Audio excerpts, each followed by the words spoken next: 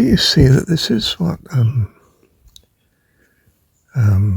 Plato is preoccupied with?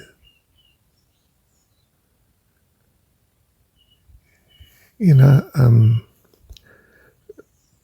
his probably imagined mentor, Socrates, realizes that he is not certain of anything, and other people have not realized this. And that's where his wisdom lies. And in Plato we have the birth of, in historical type terms, of philosophy, standing aside, aloof from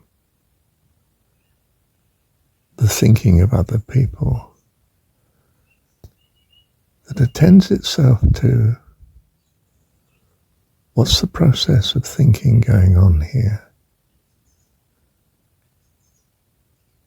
In what way does it be or become useful, or just a tangle of misunderstanding?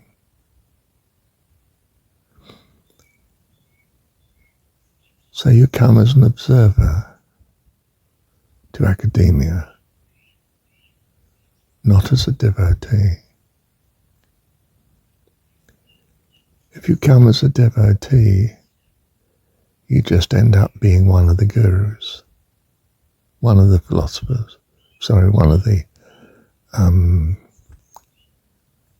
professors. My university was an experiment, Essex University in the 60s, concrete and glass, an insult to the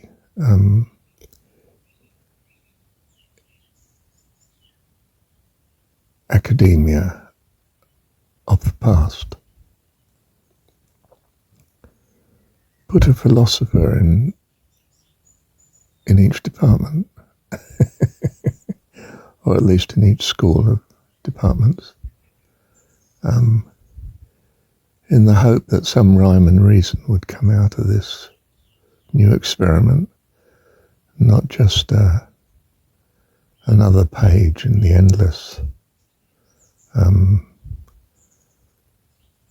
of the writing of books. There is no end, and much study is a weariness to the soul, and achieves very little. And of course,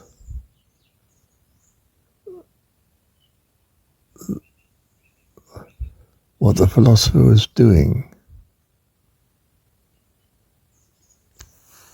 in the case of my economics department and School of Social Studies generally, Alistair McIntyre, what he was at was not what they were doing.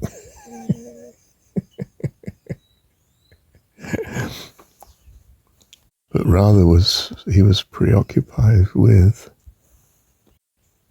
making sure that the students in the place were not gullibly following in their master's footsteps.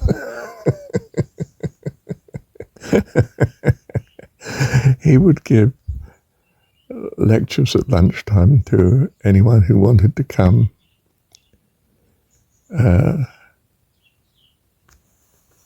That were, of course, entertaining and arrogant and charismatic and alive.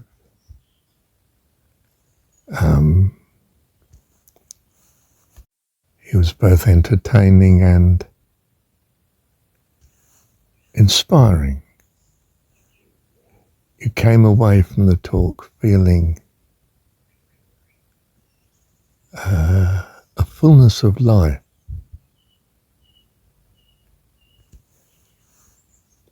that was otherwise an institution of a maze of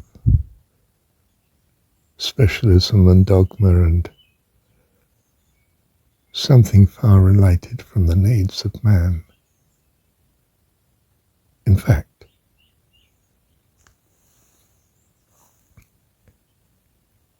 and you were flying like the same effect I had in reading Plato, that suddenly there was understanding to understanding, if you like, the rules of logic. What is straight and crooked thinking? What's the difference? What's the gain of rational thought? How rational are we? How irrational are we? And philosophy made you alert to the misunderstandings, the dead ends, the byroads that man is eternally preoccupied with, not least of all, of course, and probably most of all, in our province of academia, universities and schools and so on. But of course, philosophy, as you see in Plato, is essentially elitist. There's nothing democratic about Plato's Republic. We think of the Greeks as instituting democracy, and not Plato, I can tell you. He's got the dominance of philosophers running the entire show, which of course every specialism has, doesn't it? Every expert, whether he's military, academic or anything else, feels that his province of experience and the lessons he's learned from it should be what's dominating society for its good, like it or not.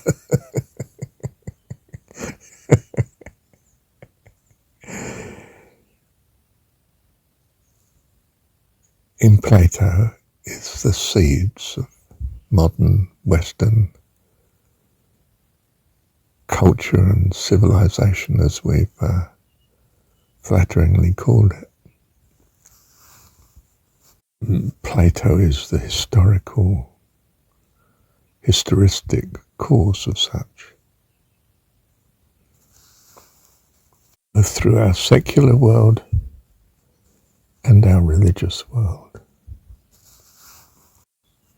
The influence of the Greeks on Christianity is only varied from such by a misunderstanding of the Jesus story, which is utterly Greek, not Hebrew at all. In fact, the only link between the two is ancient Persian, whose culture and civilization steered the rest of the world by its choice and injection of religion accordingly. And that purpose or accord was to advance mankind in total according to the light of life, not the darkness of death and annihilation.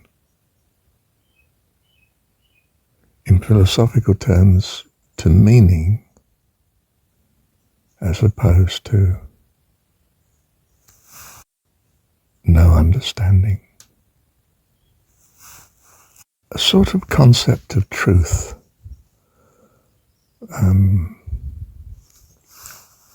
but truth that was bound in a partiality to life and not death. It's there in the Jesus story. I'm come that you might have life and have it more abundantly, life eternal. It's there in secular religion, We want prosperity, higher standard of material living, the comforts of life, security and so on. Fullness of life and in terms of the material. Whereas religion is fullness of life in terms of, if you like, in secular terms, the emotional, in religious terms, the spiritual reality of man's being, personal inward being, not outward, measurable, tangible being. But the two are of the same purpose, but in a different location of understanding, different worlds. It's an interesting flip of observation to see that science is for children, but storytelling is by adults. And more is learnt to our survival by our stories than by our scientific deliberations. For science gives birth to a technology that we can scarcely handle, up for a maturity of spirit, of values, I mean, appropriate to survival. So I am come that you might have life, that the values you have steer your science and technology, that they bring the maturity necessary for life eternal, and understanding of what that life is.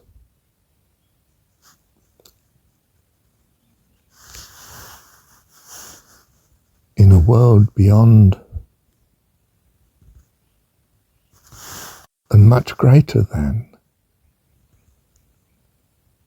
our present childhood experience here in this universe is.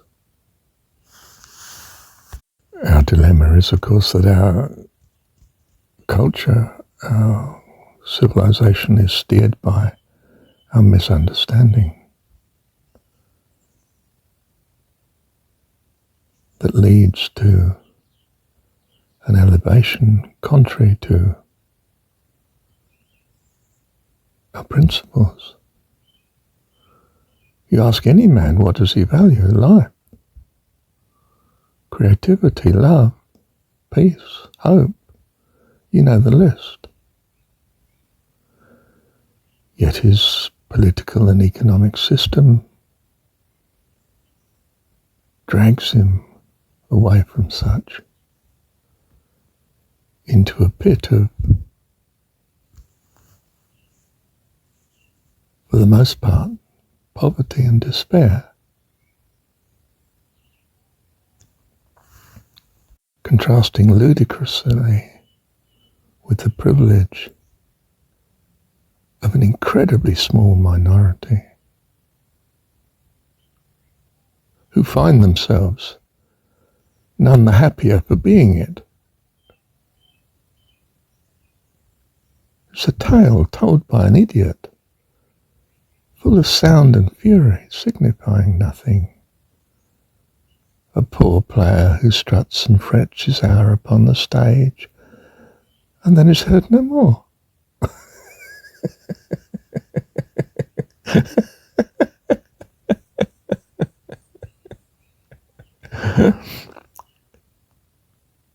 I don't laugh for joy,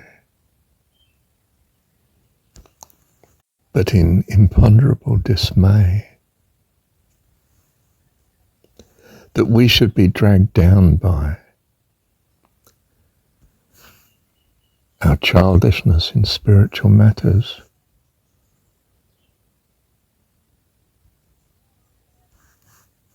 by our ignorant habits and practices and structure of civilization,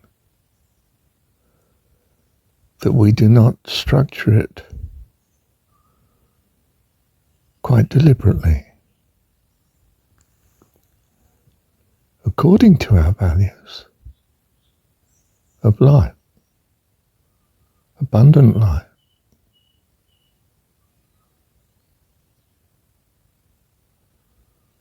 with a promise of life eternal.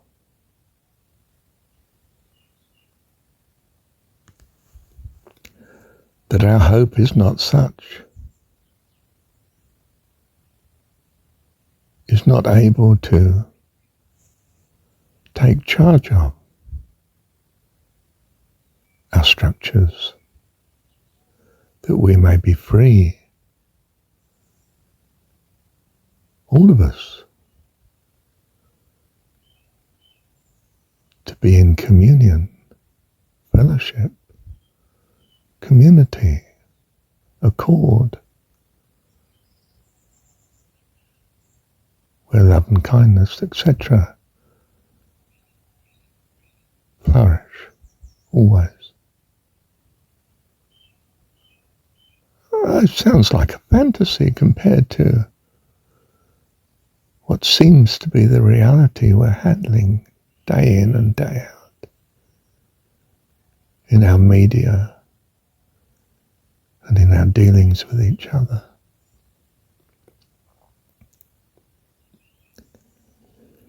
Religion was meant to come and rescue us from such. That's what the Persian ideal was, ancient Persian, as far as we can see. And perhaps even that is just a fantasy of historicity. If so, it's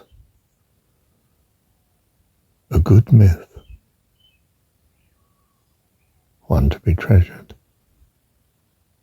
Thank you, Heavenly Dad. Love you. Thank you, Dad.